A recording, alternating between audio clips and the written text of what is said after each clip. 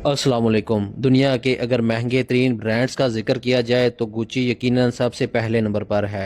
आपने बाजार में गुच्ची की शर्ट्स, बेल्ट, वॉलेट, बैग वगैरह तो फरोख्त होते हुए देखे होंगे, लेकिन दोस्तों इसमें कोई भी चीज़ ओरिजिनल गुच्ची की नहीं है, बल्कि इन पर सिर्फ और सिर्फ गुच्ची का नाम और लोगो प्रिंट किया जाता है। जी हाँ, क्योंकि अगर आप गुच्ची की ओरिजिनल चीज लेने के लिए जाएं तो उसकी कीमत हजारों में नहीं बल्कि लाखों में होगी, जो कि किसी आम आदमी के बस की बात नहीं, बल्कि सिर्फ दुनिया के अमीर तरीन लोग ही गुच्ची से शॉपिंग करते हैं। आज की इस वीडियो में हम आपको बताएंगे कि गुच्ची में ऐसी क्या बात है जो इसकी चीजें इतनी महंगी हैं कि आम आदमी इनको अफोर्ड नहीं कर सकता। इसकी बुनियाद कब, किसने और कहां पर रखी। अगर आपने हमारे चैनल को अभी तक सब्सक्राइब नहीं किया तो हमारे चैनल को सब्सक्राइब कर लें। नाजरीन, गुच्ची एक इटालियन ब्रांड है जिसकी बुनियाद गोर्शियो गुच्ची ने रखी। 1897 में गोर्शियो गुच्ची इटली से पेरिस शिफ्ट होता है, जहां वो एक 5 स्टार लग्जरी होटल में काम करना शुरू कर देता है। 5 स्टार लग्जरी होटल में सिर्फ दुनिया के अमीर तरीन लोग ही आते थे। ये इनका सामान लोड और अनलोड करता और हर वक्त इन अमीर तरीन लोगों के जूते,